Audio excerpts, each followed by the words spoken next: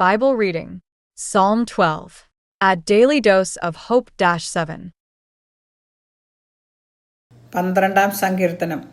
യഹോവയെ രക്ഷിക്കണമേ, ഭക്തന്മാർ ഇല്ലാതെ പോകുന്നു, വിശ്വസ്തന്മാർ മനുഷ്യപുത്രന്മാരിൽ കുറഞ്ഞിരിക്കുന്നു. ഓരോരുത്തൻ താന്താൻ്റെ കൂട്ടുകാരനോട് വ്യാജം സംസാരിക്കുന്നു, കപടമുള്ള അധരത്തോടും ഇരുമനസ്സോടും കൂടെ അവർ സംസാരിക്കുന്നു. കപടമുള്ള അധരങ്ങളെയൊക്കെയും വമ്പു പറയുന്ന നാവിനെയും യഹോവ ഛേദിച്ചു കളയും.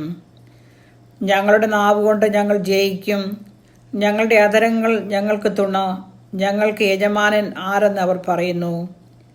എളിയവരുടെ പീഡയും ദരിദ്രന്മാരുടെ ദീർഘശ്വാസവും നിമിത്തം ഇപ്പോൾ ഞാൻ എഴുന്നേൽക്കും, രക്ഷയ്ക്കായി കാംക്ഷിക്കുന്നവനെ ഞാൻ അതിലാക്കും എന്ന് യഹോവ അരുളിച്ചെയ്യുന്നു.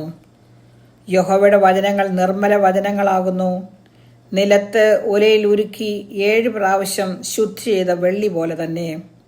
യഹോവേ, നീ അവരെ കാത്തുകൊള്ളും, ഈ തലമുറയിൽ നിന്ന് നീ അവരെ എന്നും സൂക്ഷിക്കും.